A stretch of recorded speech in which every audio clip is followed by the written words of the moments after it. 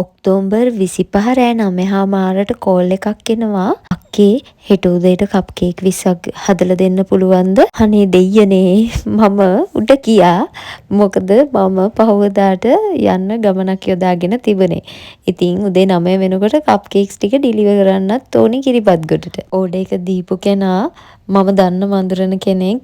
ඉතින් ඕඩර් එකට බෑ කියන්නත් බෑ. මට පොඩි සහනයක් වුණා මගේ හස්බන්ඩ්. එයා කිව්වා හරි කමක් නෑ උදේට අපි මේක ඩිලිවර් කරලා ඊට පස්සේ ආයි ගෙදර ඇවිල්ලා අපි දෙන්න ගමන යමු කියලා. ඒ වචනත් එක්ක මගේ හිත සැහැල්ලු වුණා. මං ඉතින් ඕඩර් එක කළා. මට ඩිසයින් දෙකක් එවලා තිබුණා.